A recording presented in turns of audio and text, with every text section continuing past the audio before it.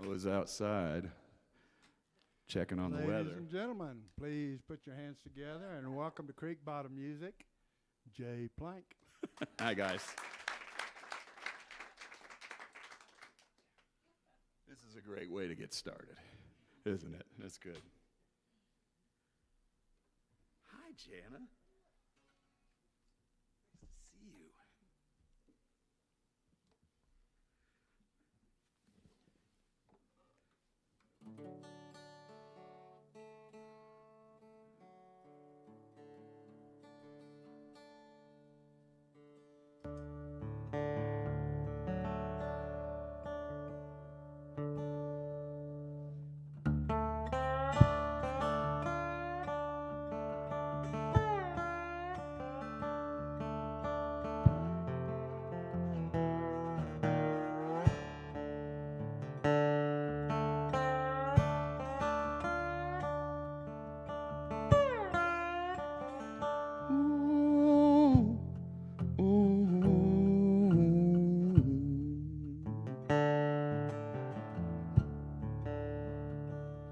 Just another homesick child, tired of running wild, ready to stand trial and move on. And though I'm guilty in your sight, show some mercy tonight. I can't make it through the fight alone. Oh, but oh no, now Lord, don't make it easy. Keep me working till I work it all out. But please, please, just shine enough light on me that I'm free from this shadow of doubt. Keep me out of the shadow of doubt.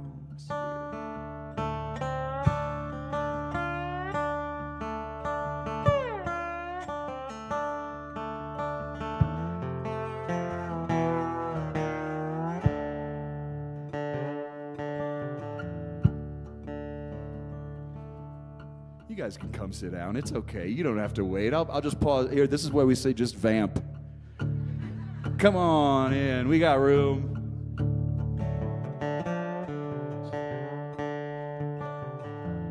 When in doubt, vamp. As I'm trying to make some sense of this world I'm up against, Lord, I know my best defense is your love.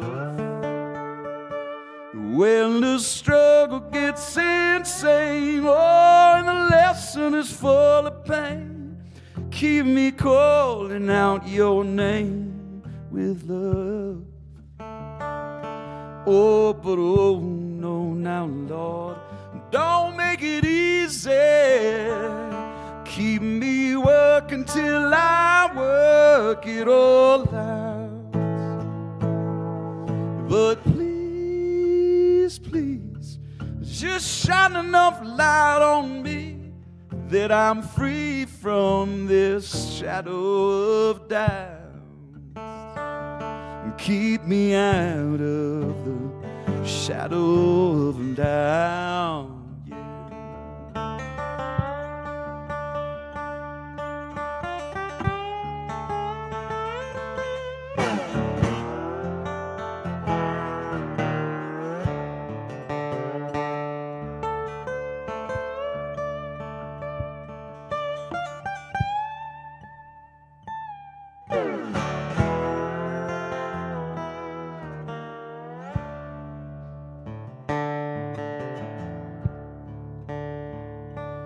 I will whisper in the dark from the bottom of my heart till I see one little star start to shine.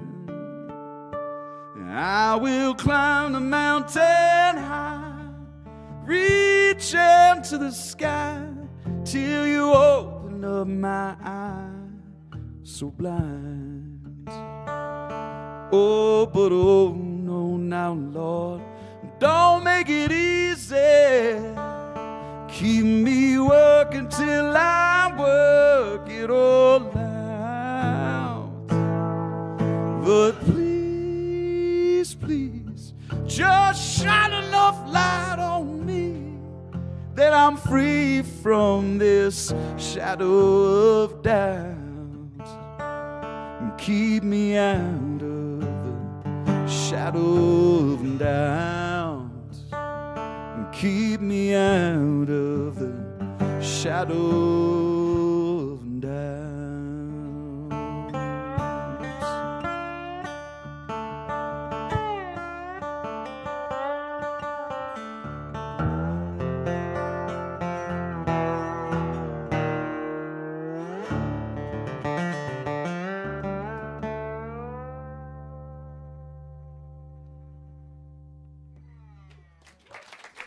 All right.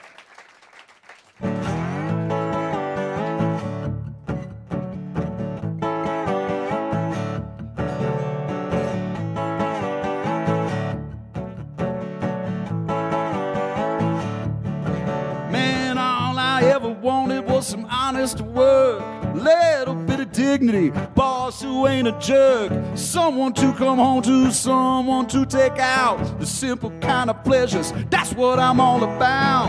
Independent contractor, 18 wheels, you know, I got a little taste of how freedom feels. They grow everything that's green in California, yeah. Sometimes you gotta hustle to earn your pay, and I got a flat tire and a heavy load, supposed to haul it in 3 hours ago. Won't someone help the poor boy on the side of the road? I got a flat tire, a little further to go.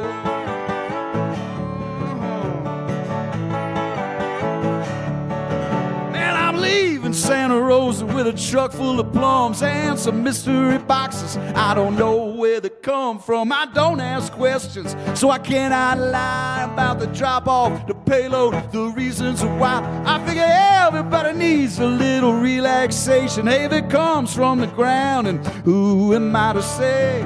Driving, I'm making good time. I see the 50 pounds of rubber banging off of my side, and I got a flat tire and a heavy load, supposed to haul it in 5 hours ago. Won't someone help the poor boy on the side of the road? I got a flat tire, a little further to go.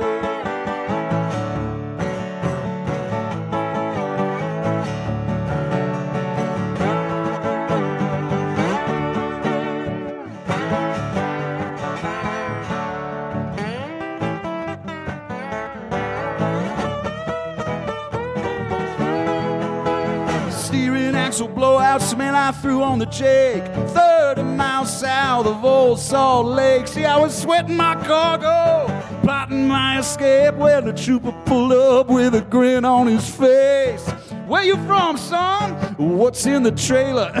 Agriculture, sir, from a Golden State wholesaler. Open up the back while we're waiting on the tow. I get a little bit hungry driving up and down this road. 20 minutes later, he throws me back my keys. He says, I hope you don't mind, I grab me a handful of these, and then he tips his hat and says, have a nice day. It's just another afternoon in the USA. Flat tire and a heavy load, supposed to haul it in several hours ago. Hey, the trooper helped a poor boy on the side of the road. He had a flat tire, a little further to go. Oh, a little further to go. Yeah, he helped him out.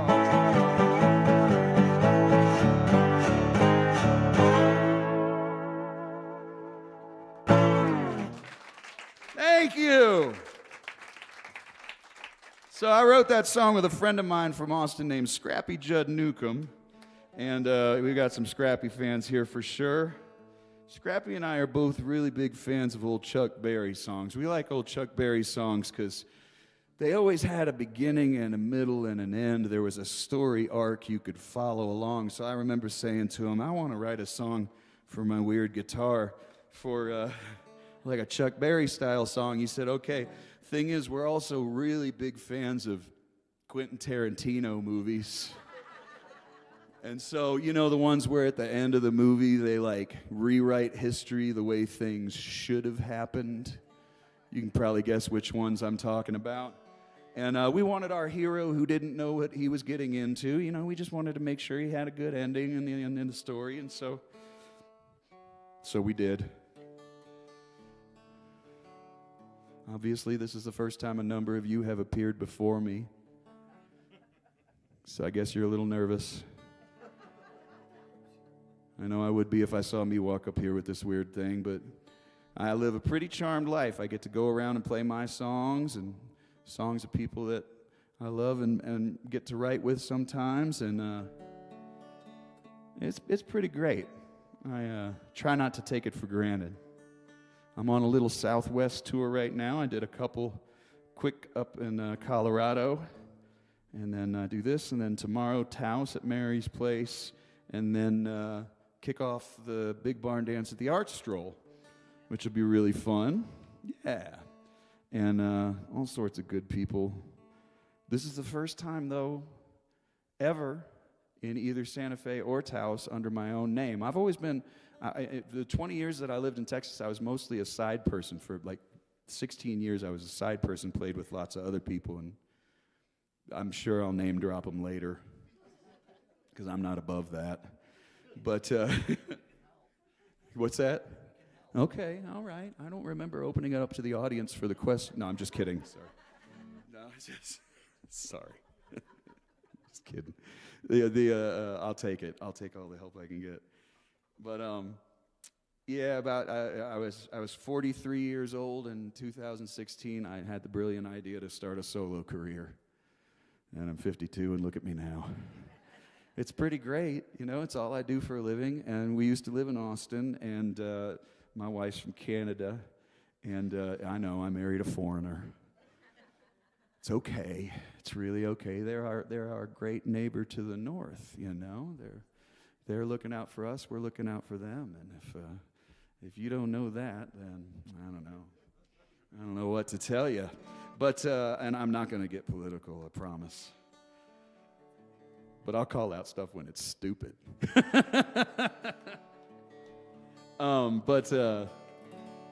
Yeah, I love it up there. Great people. I'm an American. I stick out like a sore thumb most of the time in Canada because, you know, we're just a little bit louder. We're a little bit more, you know, a little bit more peacockish, you know, depending on who you are. But for the most part, they'll be like, "Are you American?" I'm like, "Yeah." Yeah. I'm not ashamed of it either. I am very proud of the things we're supposed to be proud of. I'm proud of civil rights, and I'm proud of due process, and I'm proud of all sorts of really, really great American things. I'm not ashamed of any of that. You know, I'm really not. I digress. I don't know how I got off on this subject, but here we are. So I've been landlocked every place I've ever lived in my life. Okay, and now I live on the water on Vancouver Island. And those who don't know, Vancouver Island is not Vancouver. It's very different. It's about an hour and a half away, and it's a big island. It's about 8 hours from top to bottom, about 4 hours across. And we live in the middle of it where my wife was born and raised. And yeah, it was about it was like 2020 we decided we were going to make that the home base, and we were like just in time. You know, we were going to move in April, you know. And then we just moved it up a month and hightailed it up there. I was on the last ferry before they closed the border. But anyway, so we're close to her family, you know, my Canadian outlaws. They don't like to be called my in-laws, which is adorable. I love it, man. They're pretty cool. They could be, I don't know if they could be any more Canadian. He was a goalie on a farm team, a professional, and she worked in healthcare her whole life, so pretty darn Canadian. And but now I live up there, and like living on the water for me, I've always been drawn to water, but I've never lived near it. And we live in this little house up on top of a hill, and you can overlook the town. We look over City Hall, and we see the docks, and then we see like all the boats going back and forth to Alaska, all the cruise ships, and behind that we see Quadra and Cortez Island, and then behind that we see the mainland, and behind that we can see the Pacific Coastal Range, you know. And that's just like morning coffee for me now, you know. And I try. It's pretty wild. It's a pretty big change for a guy from a steel town in Ohio. Have you seen Shawshank Redemption? That's our prison. That's Mansfield, Ohio. That's actually our women's prison. That was our women's prison when I was growing up. So, but it creeps into my writing, and I love it. So I was looking out the window one day and probably having coffee and just watching the boats go by. I started thinking about this character, who just wanted to jump on a ship for a little while and stow away, see how far they could get, but not go so far away that they couldn't get back to the people that they loved, because it was that kind of story. So that became the title track to my last full band album, and it's called Lone at Sea.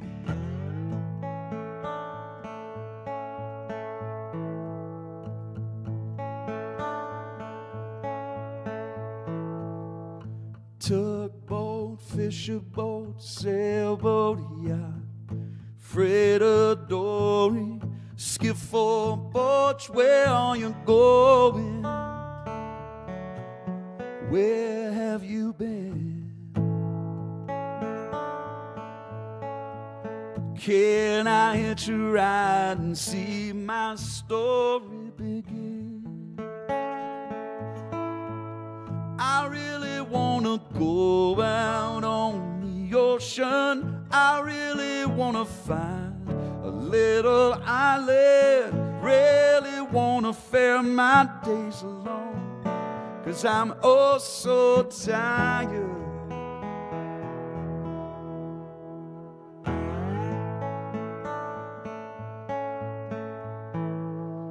Sunlight shine on a snow-white sail. Cool breeze of warm winds never fail. When all is said and done, I still should have a little fun. Yeah, but who will you leave behind you when you run? I really wanna go out on the ocean. I really wanna find a little island. Really wanna fare my days alone, 'cause I've grown so tired. I really wanna dream the dreams of angels, find something better in the in-between. Really wanna be okay being alone at sea.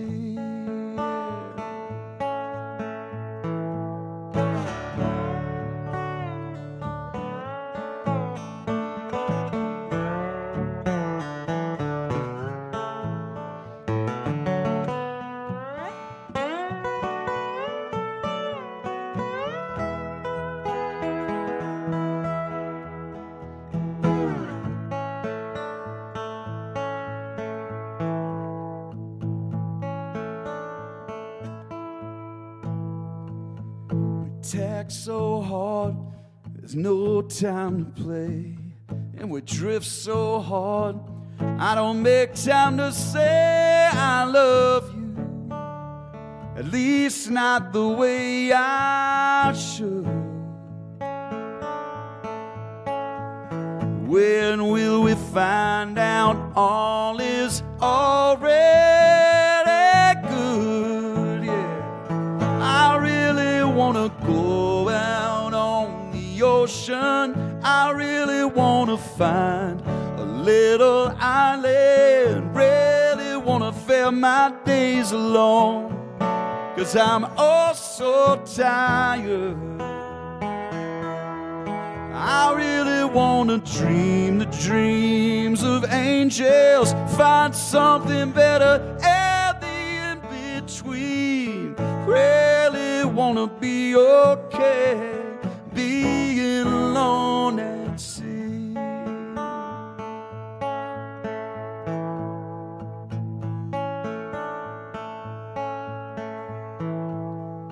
Tugboat, fisher boat, sailboat,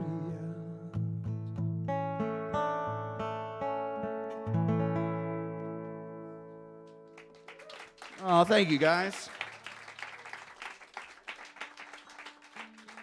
So when I was a little kid, I was a boy soprano. I started singing in church when I was 7 years old. I was a little freak of nature. I could sing really high and in tune, and the choir director would have somebody come in, and he'd go, "Hey, Jeff, sing this note," and he'd play a note, and I'd go, "Woo," and they'd go, "Whoa."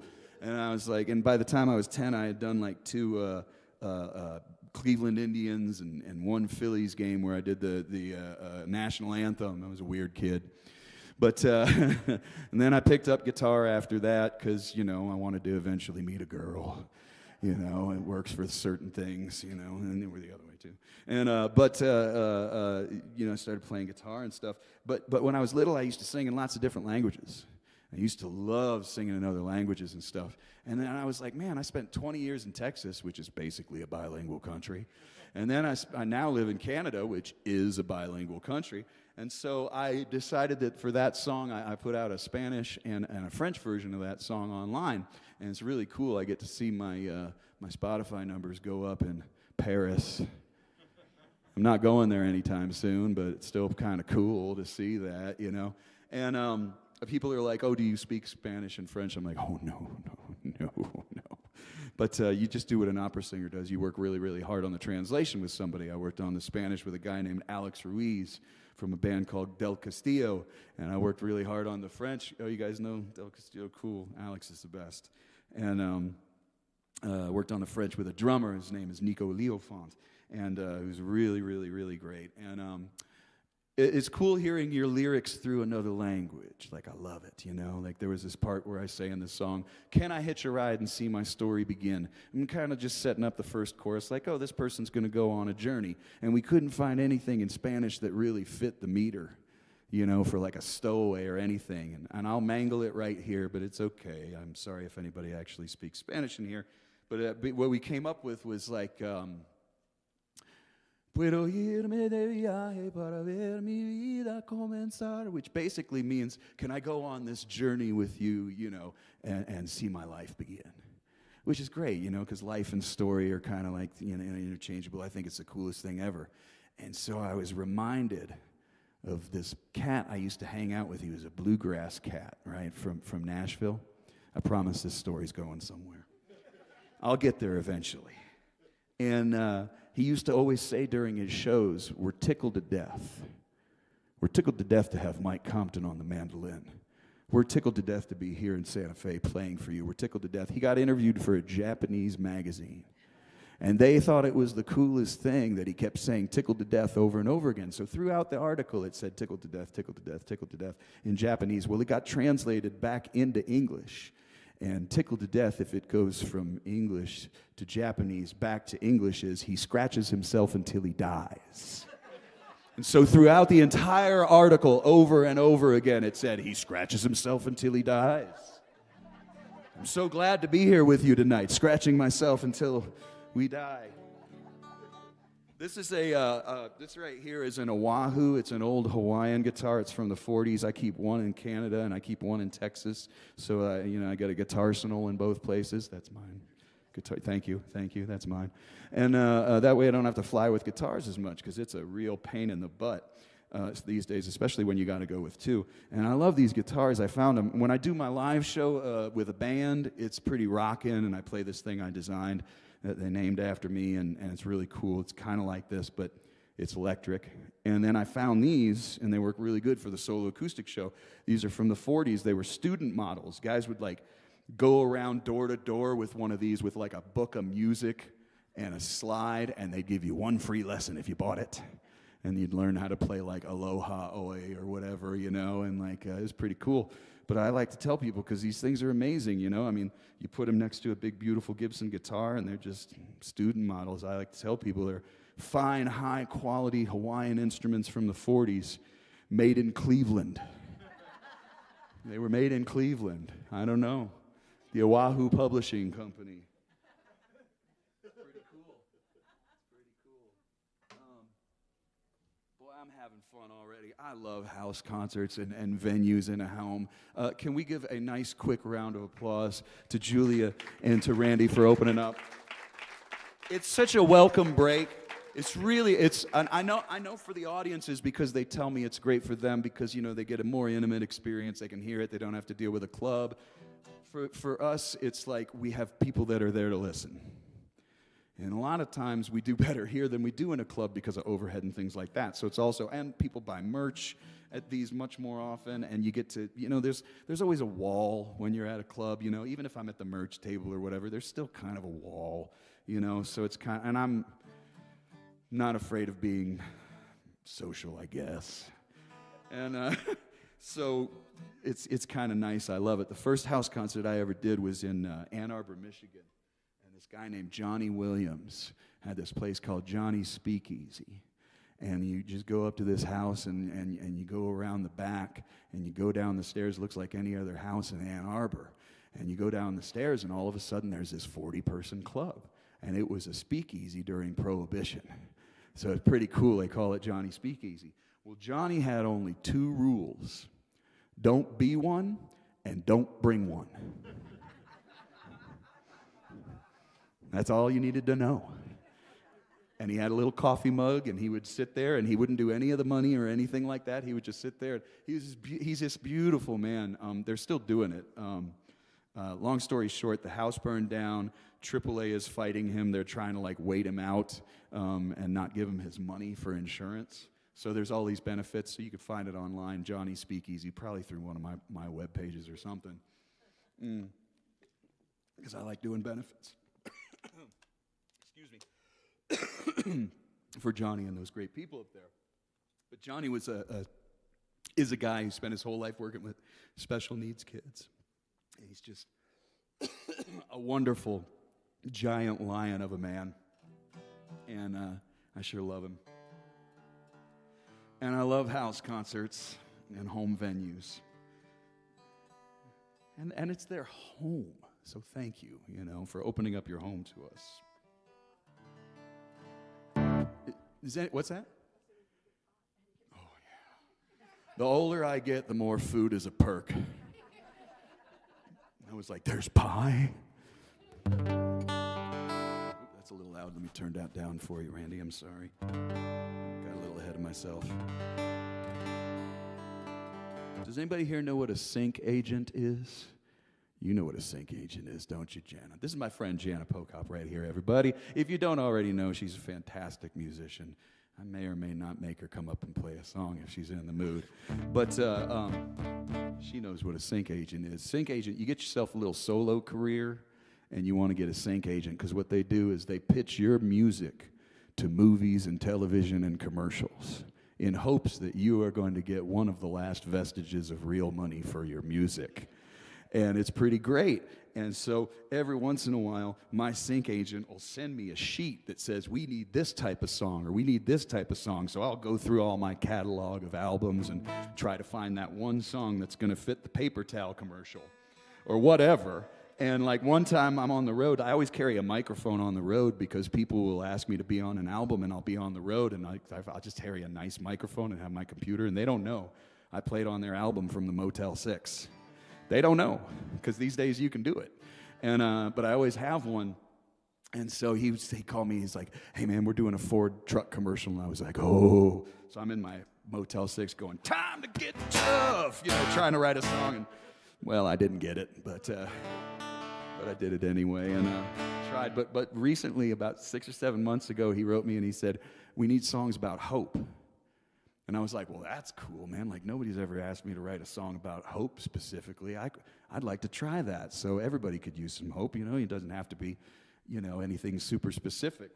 So I start writing this song about hope. And I'm kind of liking it, and I'm kind of digging it. I'm like, this is a pretty cool song, And I should call him and ask him what this is going to be for. What is this going to be for, What movie, what TV show? So I call up Joe. His name's Joe. I said, hey, what's this song about hope going to be for? And he goes, oh, man, we got a ton of zombie movies right now. And I was like, what? He said, yeah, man, you're at the end of the movie or the TV show, and they're just like, we're going to make it. We're almost going to make it. We're going to make it to the end, and then they make it, and you got to have that hope song. And I went, shit. But I had already written the song, and kind of liked it, so I went ahead and put it as the first song on this new album. So here's my song about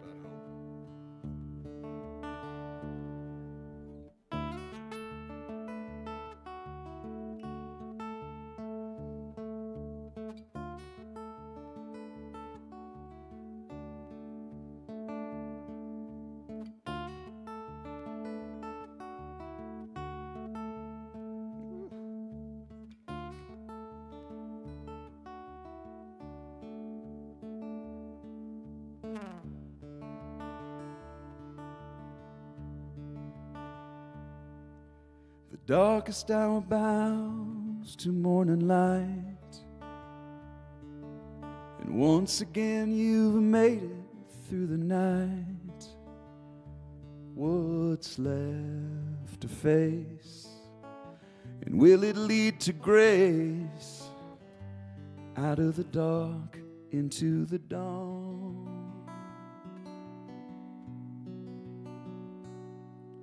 A quiet voice proclaims the time is now,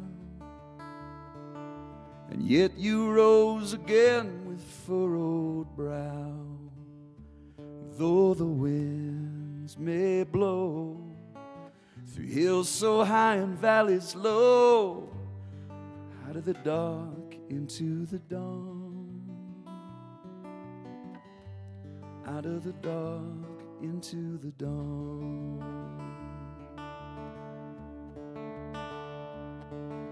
Storms ahead, then lightning tears the sky, but suns will always rise to clear the clouds from your eyes. Out of the dark into the dawn.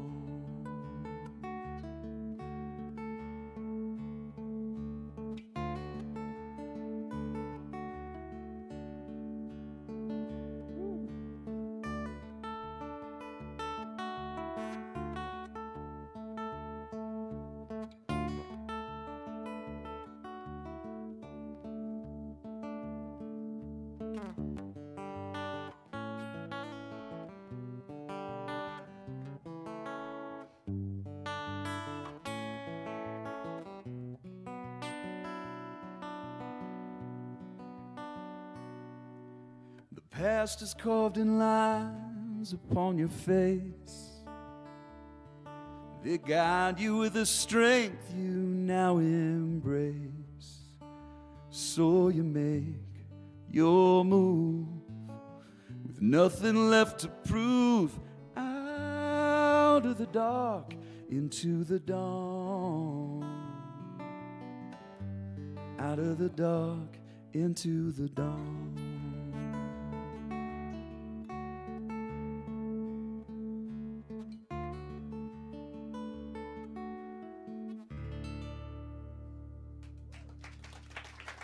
Yeah. It's good. Who knows? It might be in your next Pedro Pascal zombie TV. You don't know. I don't know. Maybe. Why not? It could. Bless you. Okay, so I went down to the Gulf Coast to record for this sync agent, because he wanted a bunch of like solo acoustic. He especially wanted solo acoustic and piano songs. And so I went down to the Gulf Coast. It was the Gulf Coast of Mexico. That's where I was. I don't know where anybody else was when I was recording, but I was at the Gulf Coast of Mexico personally. That's where I was. I don't think I'm being political. I don't like any of them. But that's some 6-year-old shit right there. Sorry. I don't like any of them, but that's some funny stuff. But I'm down on the Gulf Coast of Mexico, and I'm recording for my sync agent, and I get done, and I've got like 16 songs that I've never put on anything. And so I called up my little indie label that I put records out on, and I said, hey, can I just do what's known as a soft release and just print up copies of this and sell it at shows? And my label was kind, and they said, sure. You're not going to like do a big promotion for it or anything? I said, no. And so I just sold it at shows, basically, until I paid it back, which was not very much money because it's all solo acoustic. And I recorded with these guys that do this Rockport Songwriter Festival. It's kind of a Guy Clark thing down there, you know, inspired. Working with a lot of my friends, too. Michael O'Connor and Libby Koch just put out an album with them, and Shake Russell put an album out with them, and Gabriel Rhodes. All sorts of great stuff they're doing. And a friend of mine was talking to me about Jana producing, potentially. I really hope that's going to happen. If I had any say in the matter, it would just be happening. I would, you know? Not that it's not going to mean anything coming from me, but I think it might happen. So I'm down there, and I just record all this stuff, and I was like, man, I just got to put this out, and I made an album called The Bend. And so that's out there. I'm actually putting out 2 albums this year, because it doesn't matter anymore. Nobody buys, you know, music anyway. It's mostly on streaming, you know. You sell it at shows, people buy it, and that's wonderful. But I'll tell you about that album later. I don't always do well with producers myself. Sometimes I find them, you know, producer of an album is like director of a movie. It's like the artist, and then there's the producer, and then there's everybody else, and they help you pick them, and they help you make the record. Now, sometimes the producer gets a little bit confused about that order of whose it is.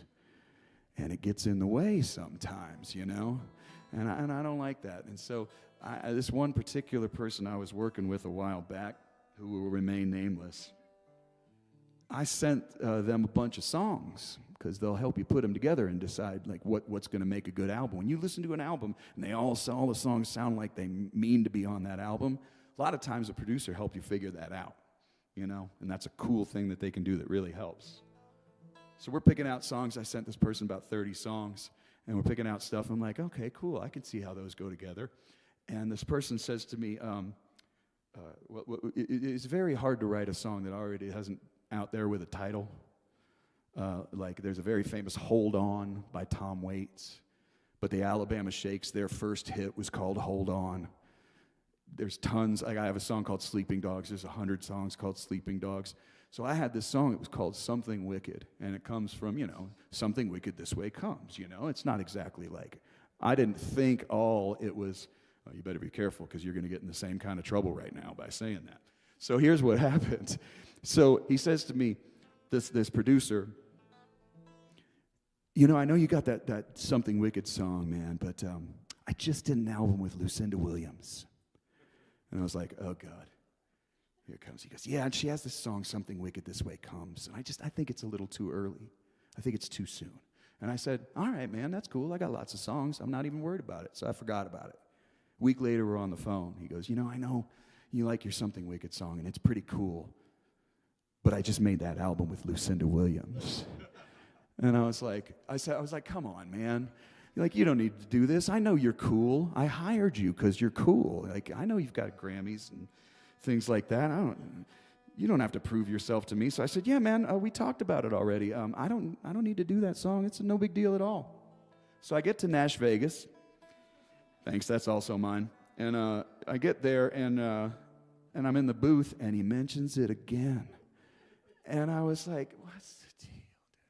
He's like, yeah, man, I know you got your Something Wicked song, but and then he drops Lucinda's name again. And I mean, look, that's a big name in my book. Lucinda's about as up there as you can get, period. Okay? Brilliant.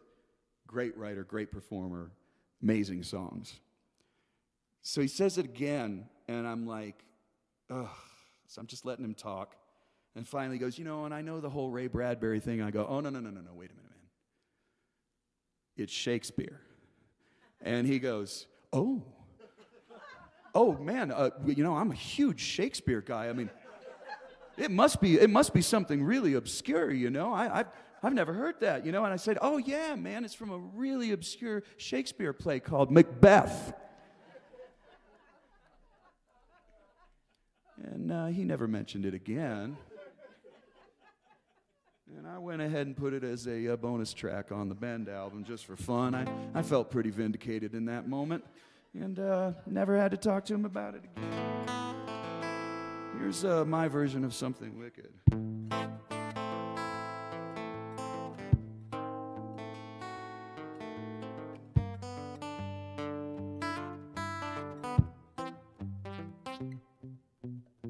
Be careful what you wish for it might come true. What else can a poor soul do? I'm all 6s and 7s, and you know what that means. Well, the demon crept into my dream. Oh, my, help me find my way. Leave behind, oh, yesterday. Smoke clouds on the horizon, and this feeling I'm undone. When something wicked this way comes.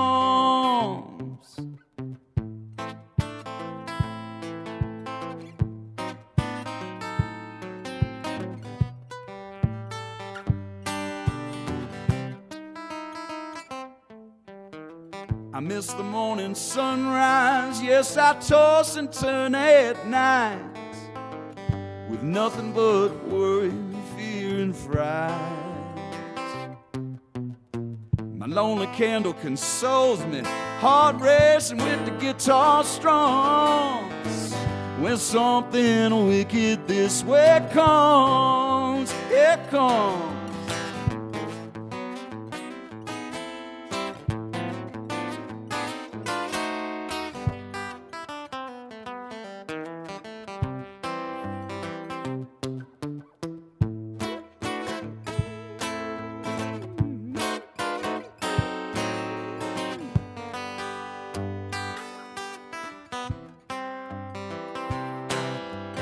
Oh, my, help me, winds of change.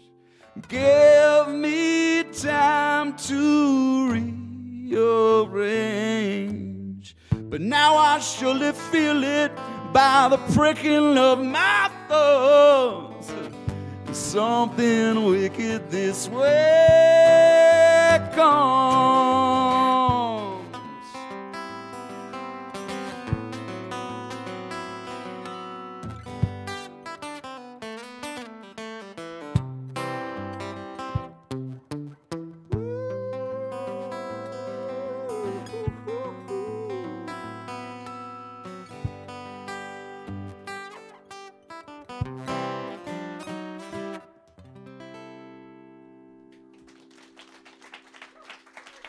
Vindicated.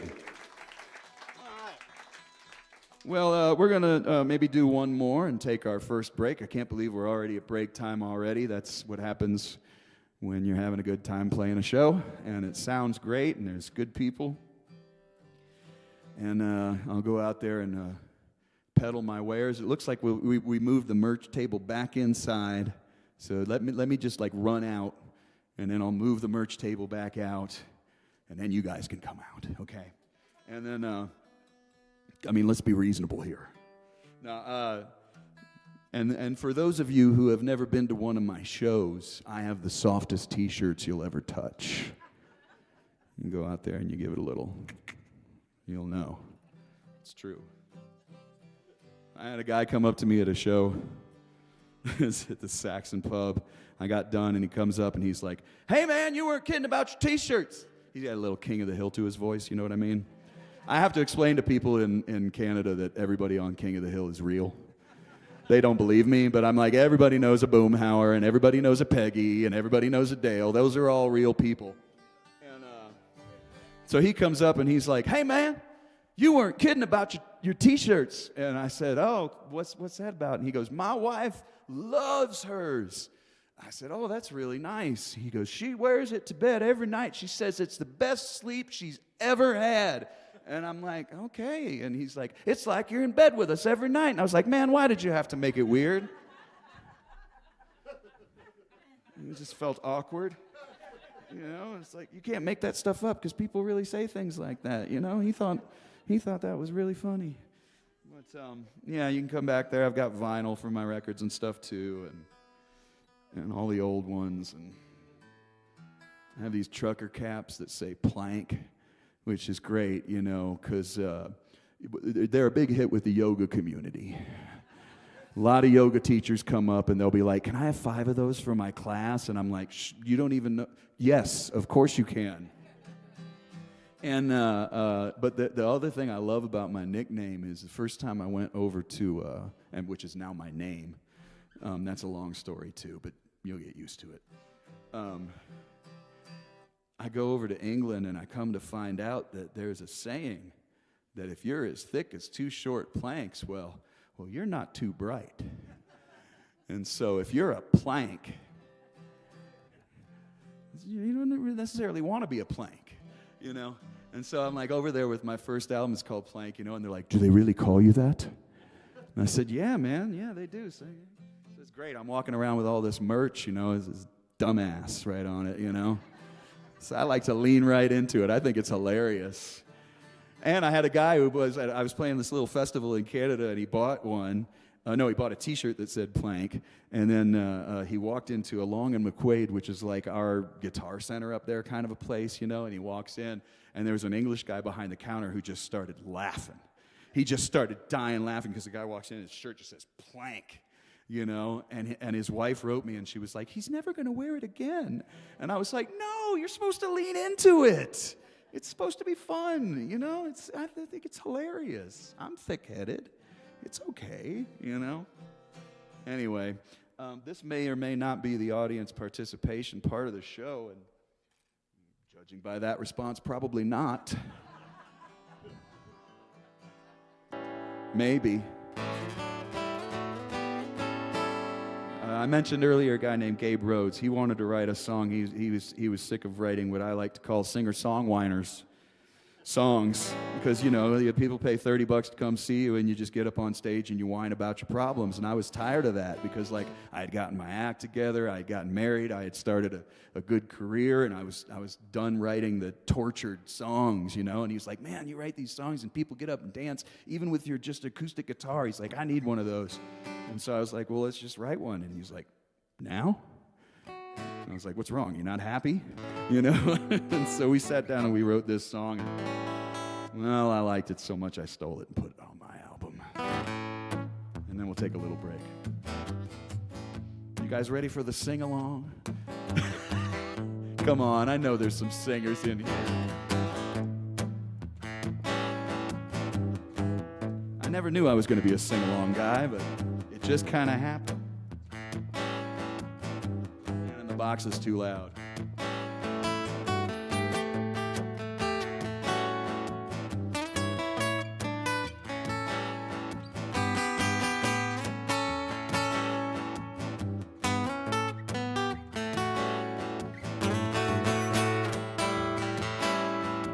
Ever you've been feeding your bad habits and you never can let them go, and you're stuck there chasing the little pink rabbits down their little rabbit hole, and you hear them wolves, they're huffing and a puffing, sniffing out their prey, and you're sure enough tired of all this running, and you really gotta get away, is what you say.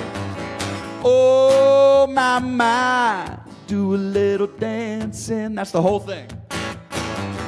Oh, my, do a little dancing. Not bad, all right.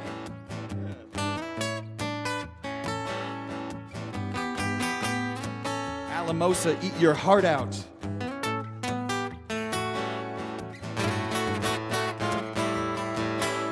Now, if you're searching for the man with the tattooed head to get your head on right, and you burn the top down on some cellophane, hoping you get real tight, and then say, don't be looking down your nose. I'm doing what I gotta do. I tell you to leave your worries with Coach X, Jenny. It's surely time you bust your move. Here we go again. Oh, my, yeah, do a little dancing, yeah. Oh, my, do a little dancing, yeah, yeah.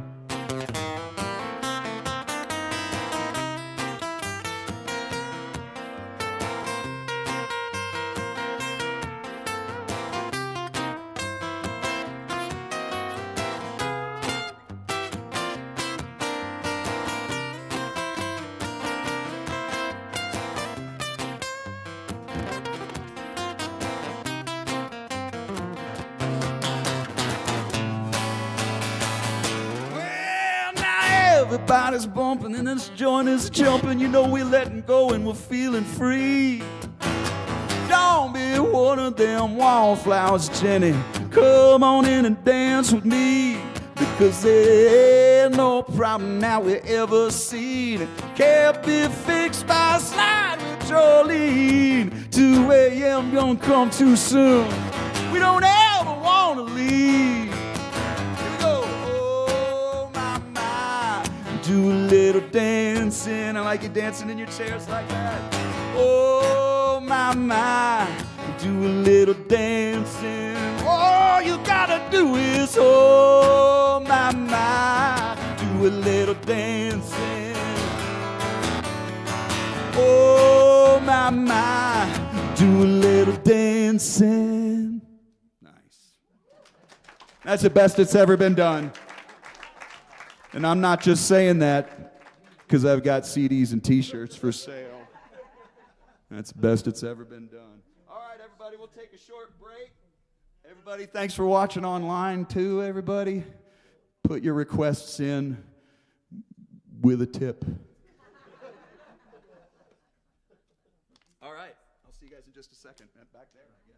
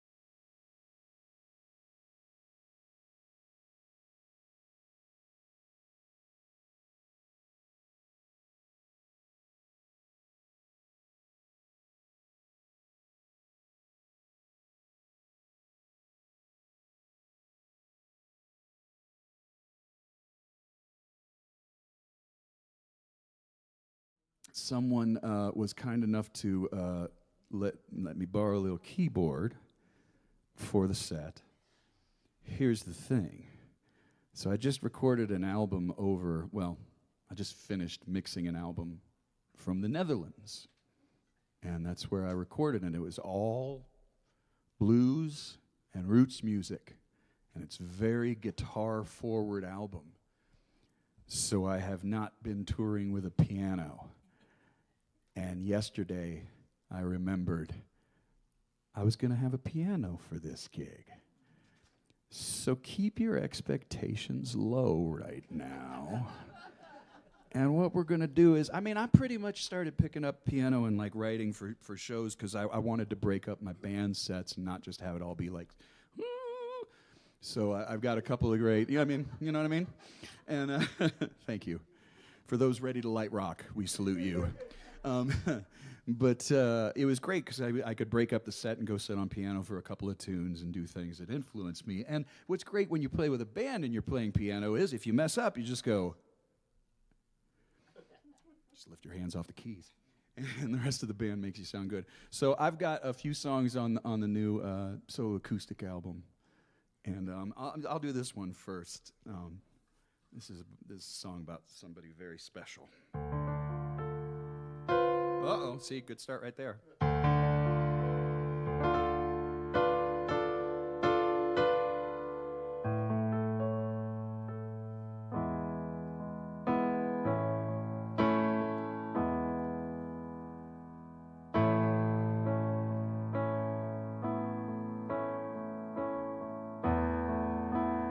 Alice is my starlight beauty queen.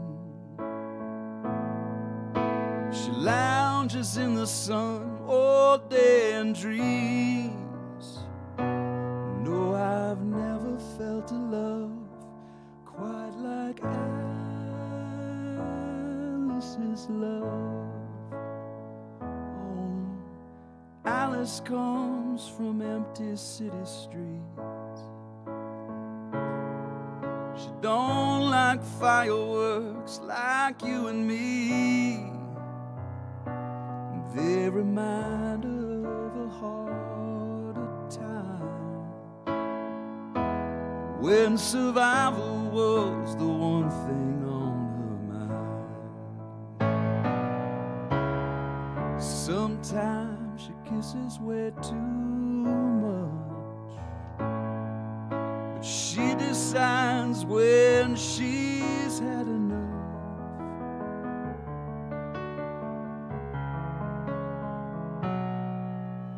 Alice has some grand plans of her own. She's tough as nails, so far away from home. She sighs with every siren going by, and she sings along to songs that make her cry.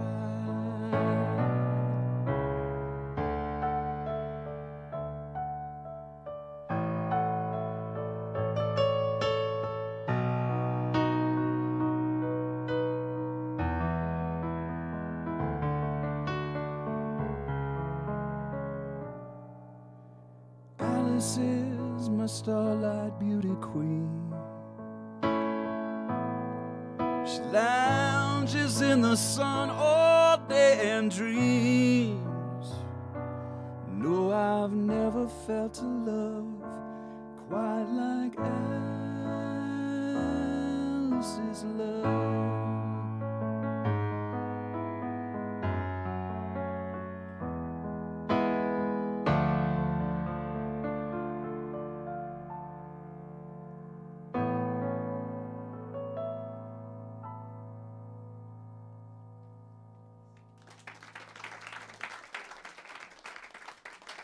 And those of you who have bought the album The Bend, just turn it around, and Alice is on the back.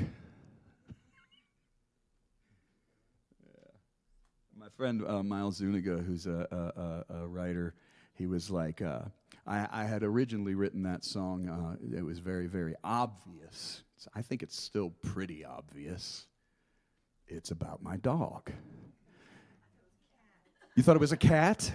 Did you? Cats don't howl with sirens.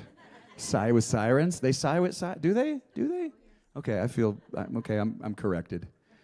But when we used to do live streams, I would play. I play this thing called a melodica, and it's sort of like a face piano, And I do it because I'm a big, huge Stevie Wonder fan, and whenever I would practice chromatic harmonica, my dog Alice would howl, and so I couldn't get any good at it. And my wife had bought me one for my birthday, and I would just practice all the time, and she would as soon as I got going. So I'd practice like really soft, and I'd play soft, and she'd go.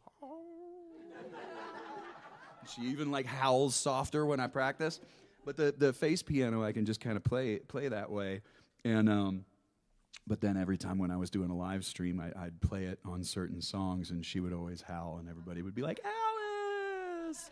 It says we're your dog people, and I'm cat people too. It's cool. It just Alice is just she's pretty special. All right, let's do something.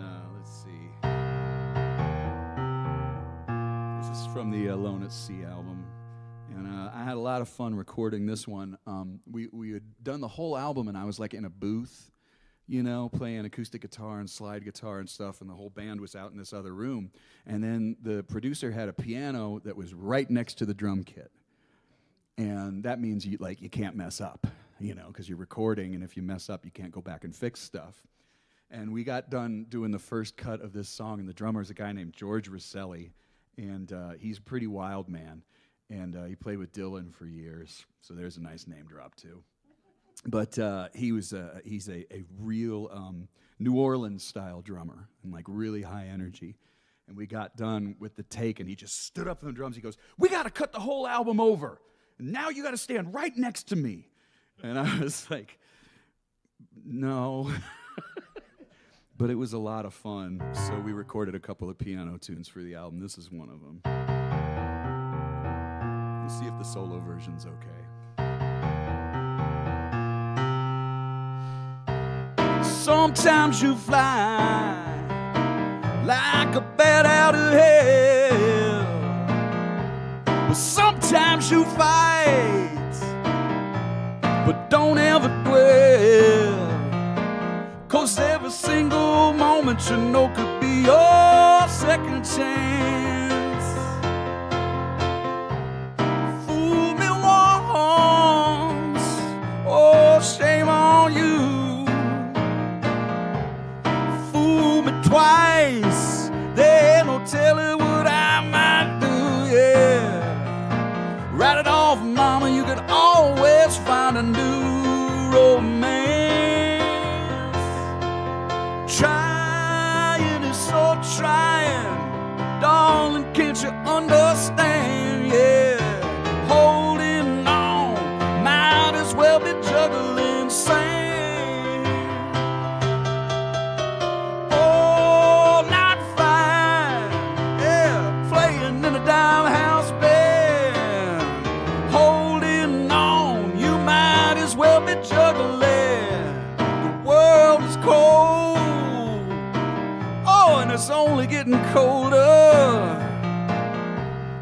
We may be wiser, but we ain't getting any older, no. Maybe we'll give you some hope, and maybe we're bound to always play the game. Trying is so trying, darling, can't you understand, yeah. Holding on, you might as well be juggling sand.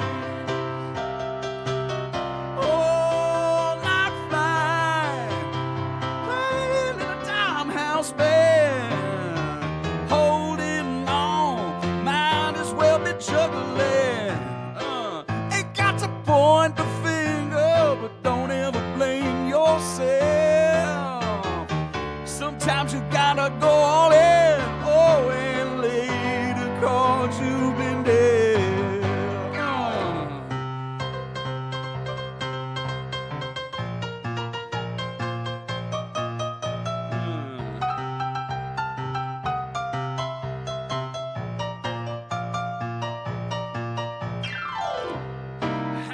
from the ceiling, all down on the floor.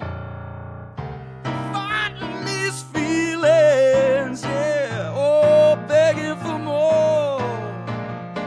To stand accused of all those bells you've rung, and it'll be alright. Oh yeah, trying is so trying, darling, can't you understand? Yeah, holding on, might as well be juggling sand. Oh, this one, I started writing this song, and my wife said. I started writing this song, and my wife said, I don't know about that one. She's pretty honest. She goes, I don't know about that one. It kind of sounds like a Disney song. And then I was like, is that a bad thing? Maybe not. But it's funny because, you know, I met my wife at a, people say I talk about my wife too much in shows, and I haven't talked about her at all during this show, so here you go.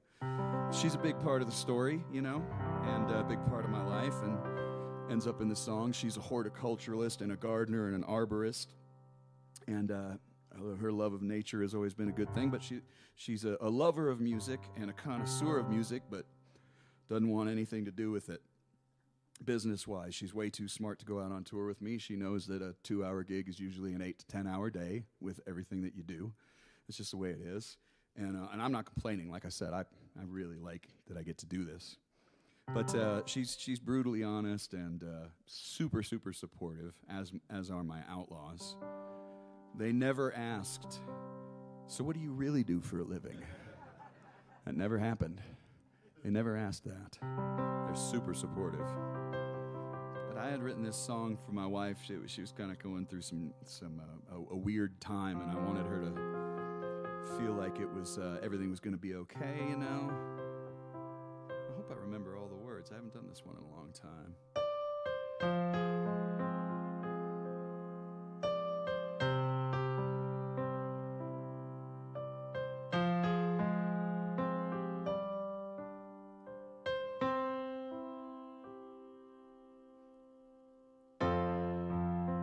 It's time for a change, babe.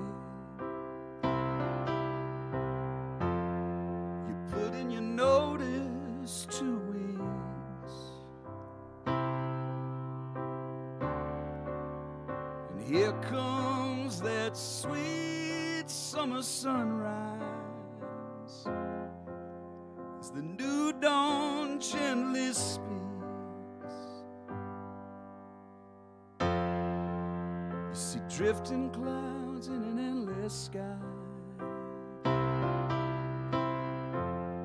You wonder where you should grow.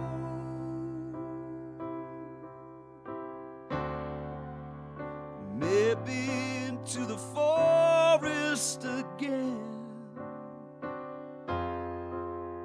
It's alright not to know. So here we go. 1 foot in front of the other, never turning back. Uncertain, so uncertain, so uncertain, we have to live.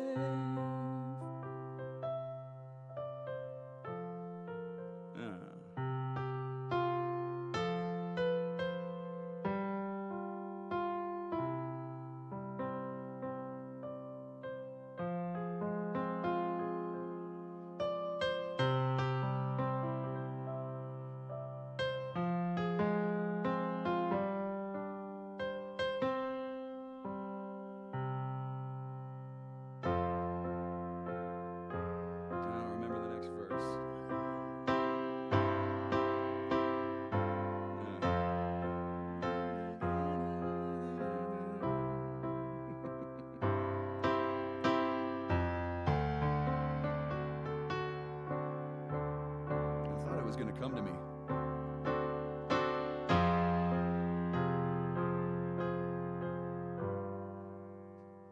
So here we go, one foot in front of the other, oh, never turning back. Uncertain, so uncertain, so uncertain, we have to laugh. So uncertain, we have to laugh.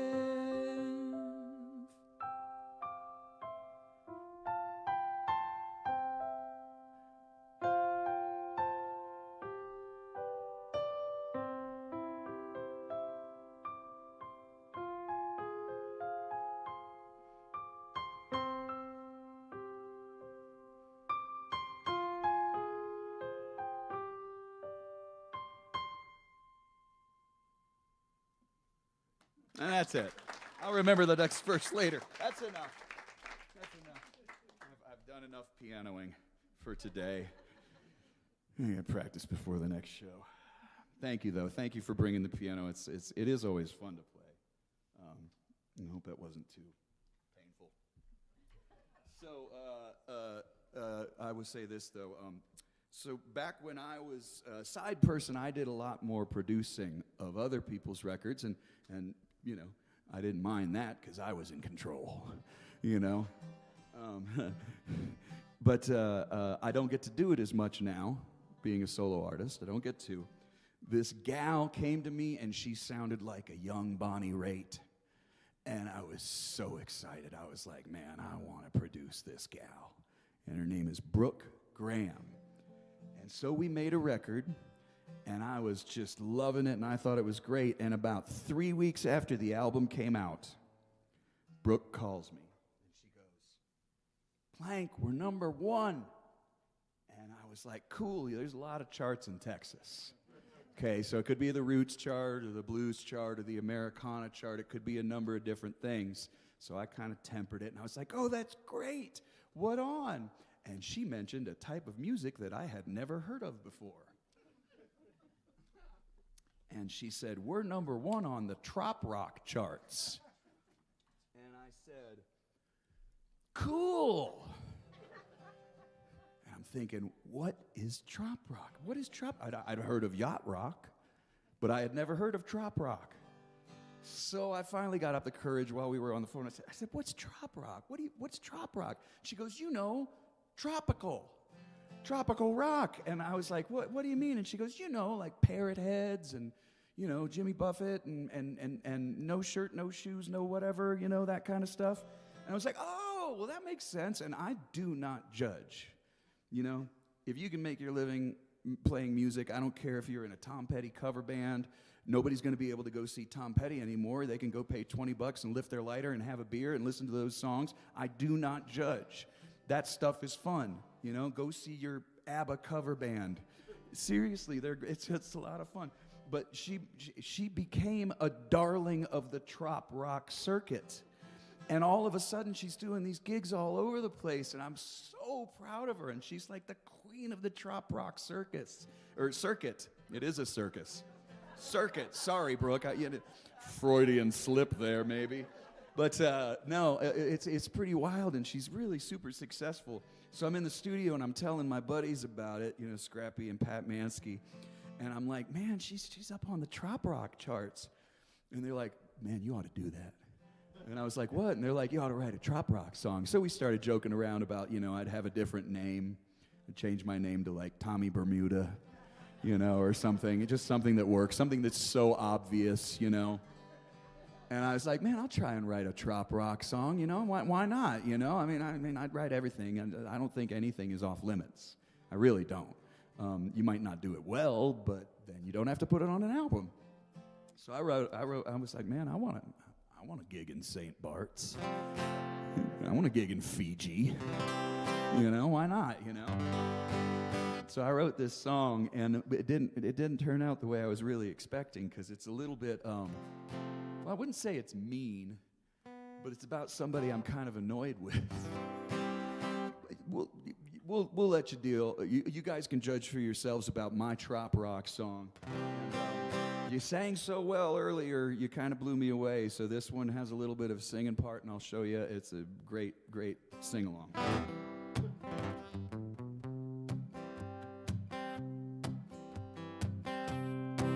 In the opening prelude to creation and the dawn of your birth, you took a pretty good shot to be a flower or a gem on this earth. Then you're standing in the sand, about to kick off those weekday blues.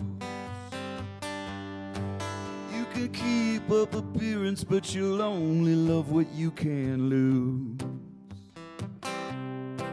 I see your gears are turning, and I know that you're up to no good. Come down from your lifeguard throne and being misunderstood. The emotion of the ocean is so easy to confuse. Don't drink what you're swimming in, you only love what you can lose. Okay, I'll do it by myself the first time, all right? La, la, la, la, la, la, la, la. I'll do the second one by myself, too. La, la, la, la, la, la, la, la. Okay, just remember that.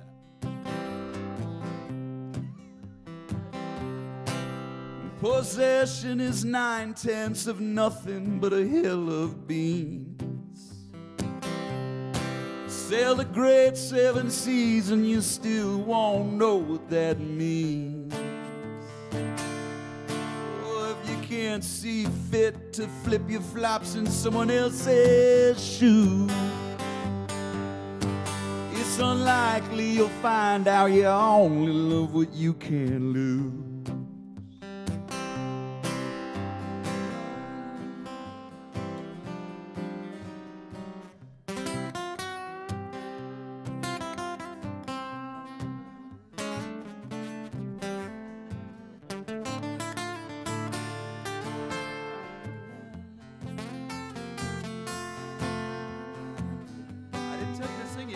It's like Simon Says.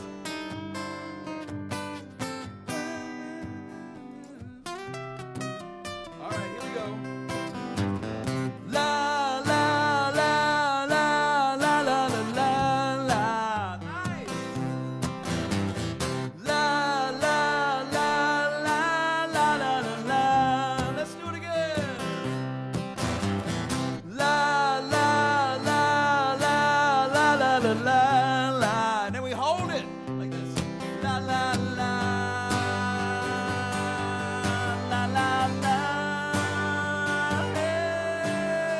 Tomorrow is a new day. You'll be trying out your brand new hat. You never stay too long, but mama, there ain't nothing wrong with that. I've been on the level forever, but these waves, they aren't breaking loose. If there's a moral to the story, it's you only love what you can lose. Conserve your preserver, and you only love what you can lose, yeah. And then I get to the end of this song, you know, and I'm still in the beach on my mind, you know. I got the sand in my toes. I'm feeling the cool breeze. I'm right there. Way off in the distance, I hear this shitty bar band. And I don't even care, I'm so happy. I'm just sitting there and I can hear them in the distance. Bermuda, Bahama, come on, pretty mama.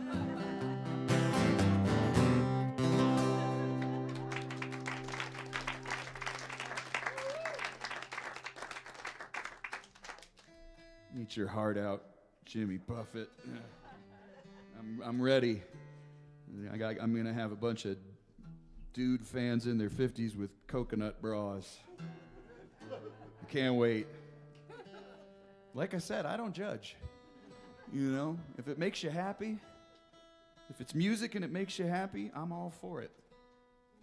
Let's see, let me do like one more on the guitar. I mentioned I'm a dog person. My wife and I are dog people. I had this song called Sleeping Dogs years ago. It was the title of an album. And I could never have a dog because I was on the road all the time. And then my wife and I got married, and like a month after, it was like, okay, we're getting a dog.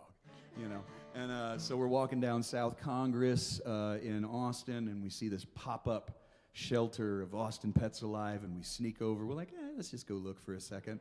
And then this little puppy is like nibbling on my finger through the chicken wire, and my wife picks him up, and she's holding him, and she's kind of looking this way, and she turns around, and she's like, do you think we're ready for it? And I was like, no, that's my dog. And she's like, what? And I was like, that's my dog. And she said, really? And I was like, yeah. And you know, when you go to a shelter, you don't always know what you're getting, which is part of the fun. Oscar turned out to be a Corgi Terrier mix.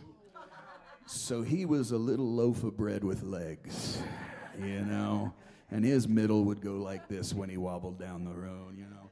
And he had this, you know, the terrier part was great because we could mess up his hair. You know, he looked like he had a head of hair, and we could make it a Poindexter, or we could, like, you know, make it a mohawk. It would stick up. Didn't have to put any gel in it or anything. And he was very regal. He had that tuft of hair right here. You know, he knew he was the queen's dog. He knew. So Oscar was great. I really love him. I really miss him. But we were close.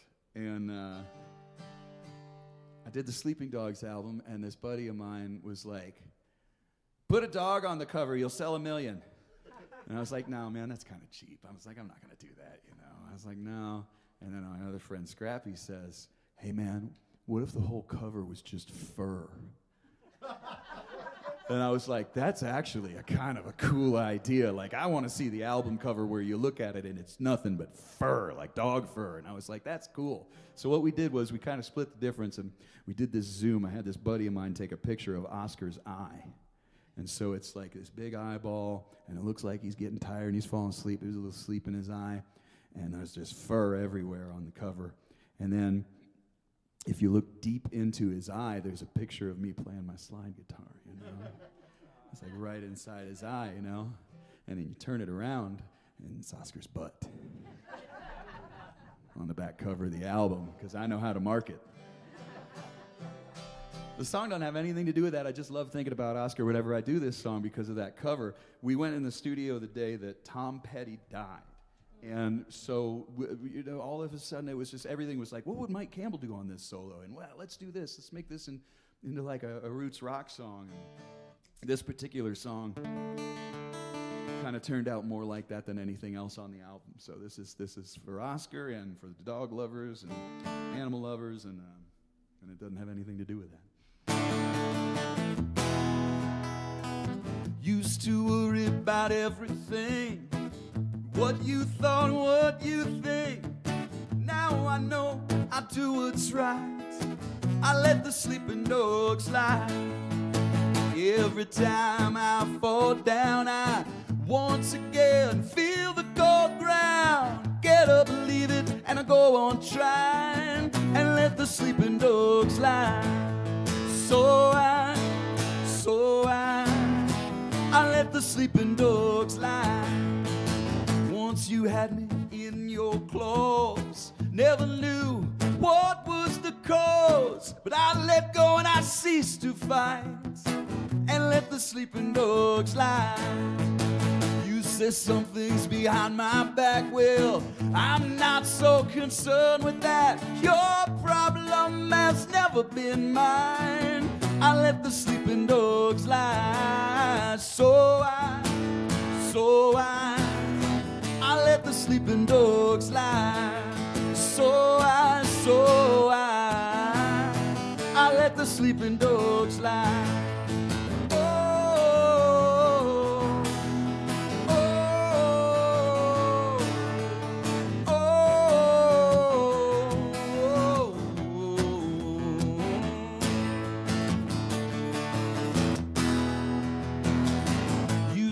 For someone to blame, That's exactly when I lost the game. No more tears come from my eyes. I let the sleeping dogs lie.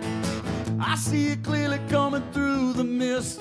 The way to finally be done with this. The illusion of power, it fades with time if you let the sleeping dogs lie. So I let the sleeping dogs lie. So I let the sleeping dogs lie. So I let the sleeping dogs lie. So I. We all get the idea by now, right? She has a heart so true and kind, but what I love is a beautiful mind, and all them troubles we leave behind and let the sleeping dogs lie. Hey!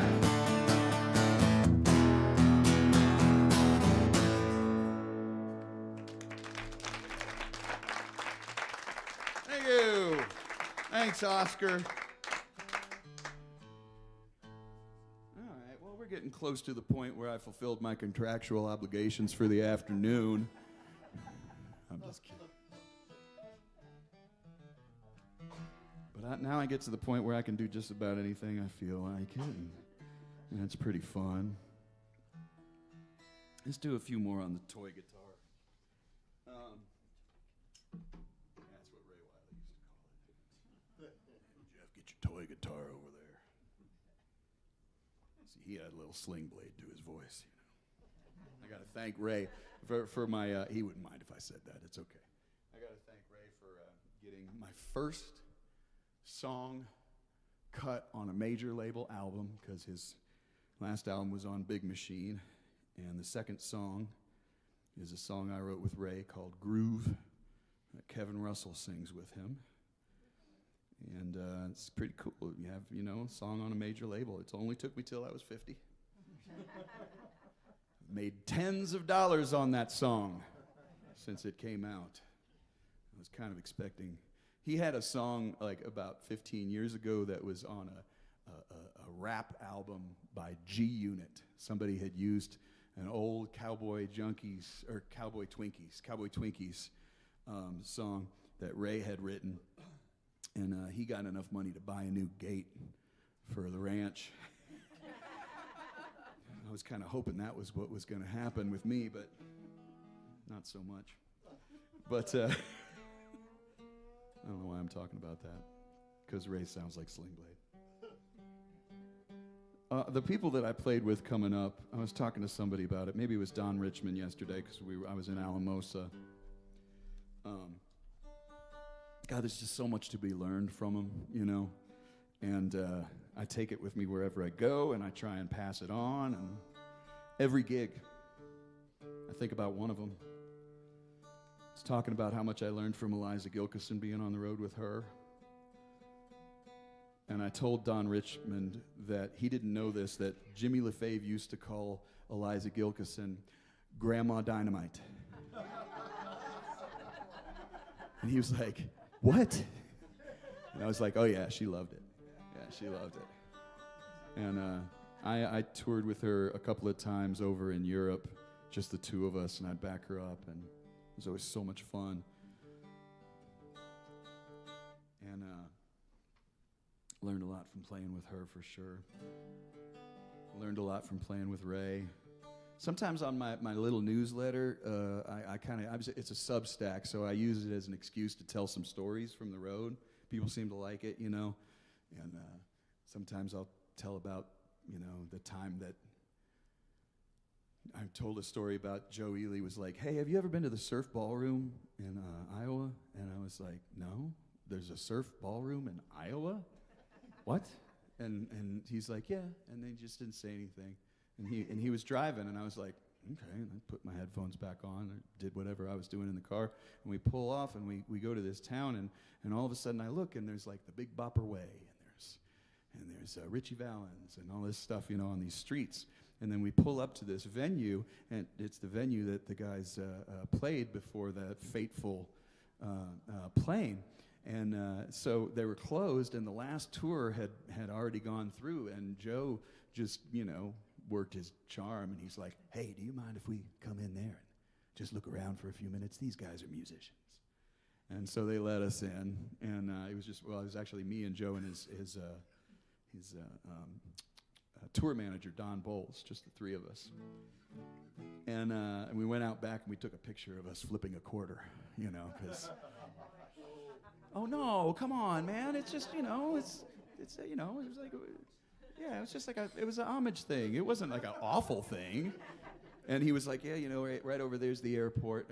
And then he told me the story that I didn't know is that who's the country, not Merle Haggard, the other one, Waylon Jennings. Okay, was the bass player that night, and he ended up in the van, and he drove the van. But here's the thing I didn't know. He lost a toe that night to frostbite. I was like, what? He's like, oh yeah, man, he lost a toe. But those kind of stories just happen to me, and every once in a while I'll put one up. I was on the road with Eliza Gilkison, and I was 27 years old, and I had never stepped foot in the ocean. And she thought that just couldn't pass. And so we were in California, and she was like, you've never stepped in an ocean before? And you've toured for years and been... And I was like, yeah, just never had a chance. We're always like back on the bus or whatever. So she just like, we were late to sound check. We pull over. She takes me over to the beach. We take off our shoes, me and her son Cisco. And I was still smoking cigarettes back then. And she said, give me an American Spirit. Give me some tobacco. And I said, okay. And she took it and she unrolled it, and she said, "It's just what the natives do. You got to give some tobacco to the sea, and then you give a little bit of a little prayer or a little whatever works for you." And I was like, "You are just so cool. I can't believe this is happening to me right now, So like sometimes I'll blog about that kind of stuff and just tell people these amazing things that have happened to me over the years. So for all of those people, and a lot of them are ending up in Taos because things aren't exactly the same as they always were in Austin, and they kind of like it being a little bit slower lifestyle over there, so it reminds them of old Austin, I think. Yeah, money too. That probably has something to do with it, right? I always wanted to write a song about a suitcase because I think suitcases are cool. Talk about like sans wheels. Before wheels, suitcases were pretty cool. There's always a story behind it, So I wrote this song, and it's called Suitcase.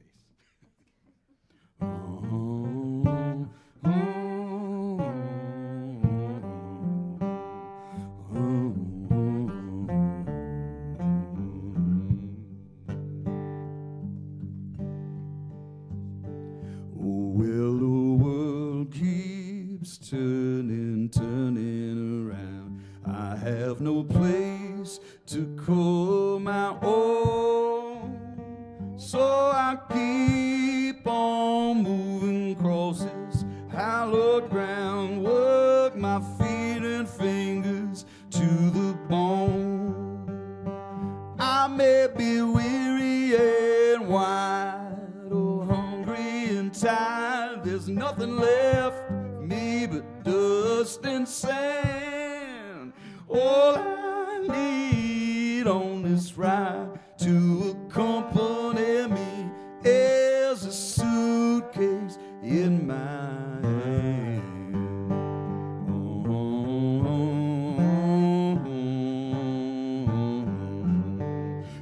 The shell is worn and weathered, Mom, and it smells of cheap wine and good weed, scratches and scuffs on the leather tail trauma of my calling, bound to succeed. I keep a picture in a frame of a clear blue sky, a marine band harp, and I'll be damned if the glories and the sorrows that I do not deny live in the suitcase in my hand.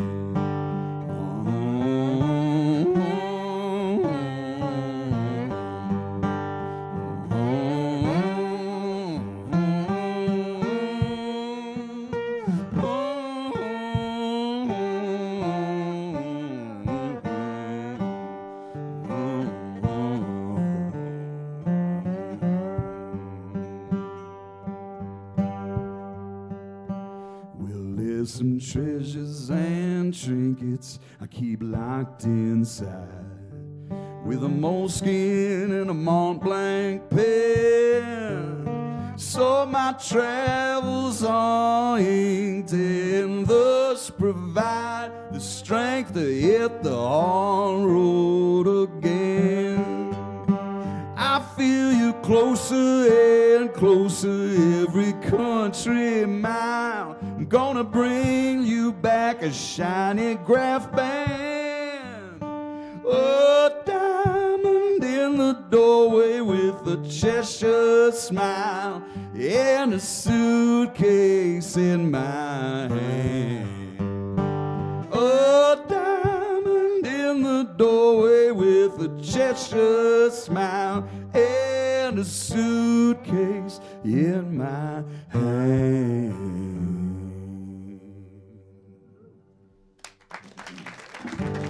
Thanks. That's on the Bend album. All right, so maybe one more here, and I'm not going to do that weird thing where I like walk off and make you clap and come back and be like, oh no, I couldn't. I just couldn't. No. Oh no. I always think that's so weird, especially in like a nice intimate setting like this, you know. This is really, really, really fun. So I go to the Netherlands and I record this blues album, and I got to say, the last two albums I'm really proud of. I usually don't walk out albums saying things. I'm not a cocky guy or anything like that. I'm usually like somebody says something bad, I want to go home, break my fingers. But I'm a little, you know, I know it's really hard to believe that an artist would be sensitive. Thank you. But I got out of this recording, and it was like the first band album I ever made. You know, it was like a bunch of people in a room playing music together, hit and record.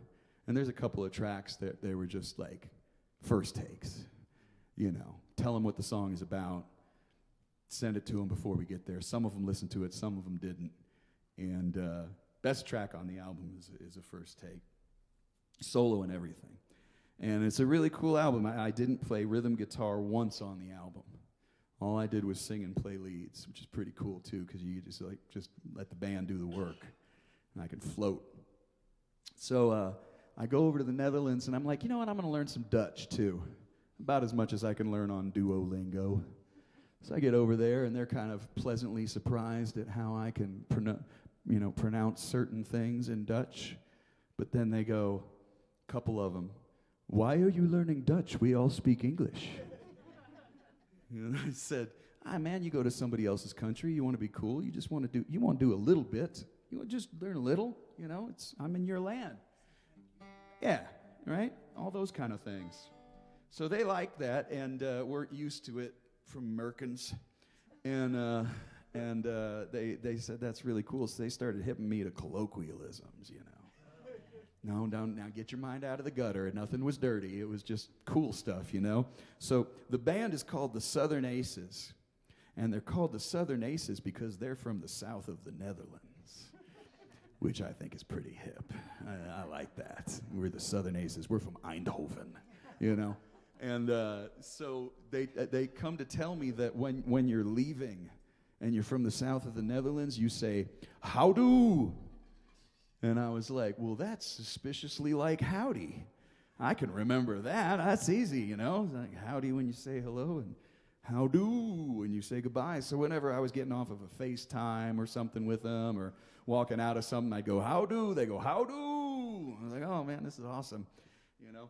So cut to a few weeks after we cut the record, and I'm in Haarlem, which is about an hour outside of Amsterdam.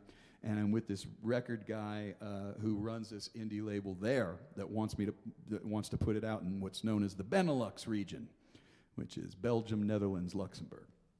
And I was like, cool. And he really liked the record, and he knew all the guys that were on it. He's like, these are the best players in Netherlands. This is wonderful, you know? And so I'm like, cool, he loves it. So as I'm leaving, I'm like, oh, yeah, I'm gonna throw him a little Dutch, you know, to see what he thinks. So we're leaving, and I say, thank you very much, you know, and bedankt and all that kind of stuff. And then I go, how do? And he goes, oh, you must be from the South. And I was like, yeah. I guess I am. But I can't wait to get back over there. Here's a song that maybe we'll see. I'll maybe leave you with this one. It's kind of on the soulful side of the blues album.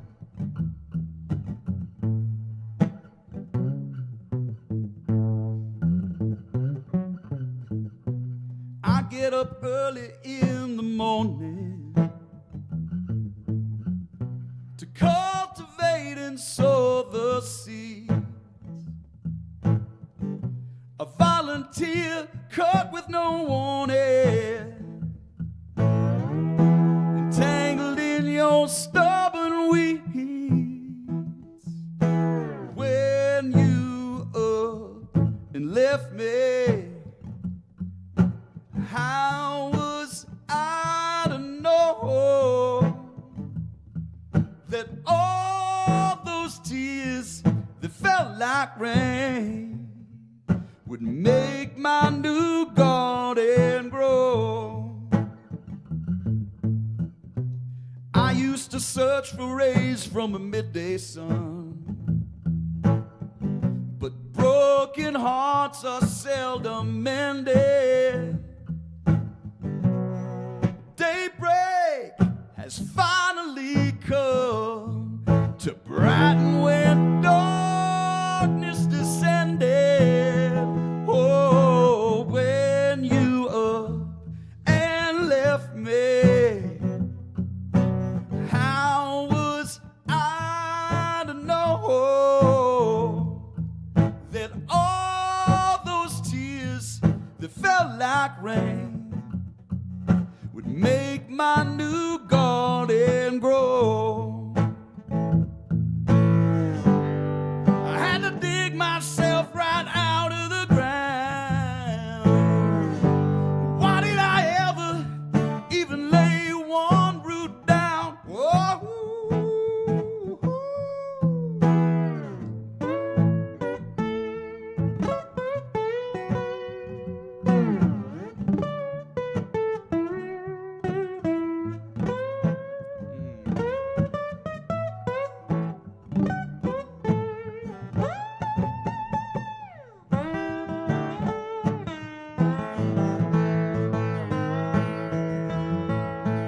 When you up and left me, how was I to know that all those tears that felt like rain would make my new garden grow? You know, sometimes sadness hardens, it'll turn you into stone. But all those tears, you know, they felt like rain, would make my new garden grow. Make my new garden grow.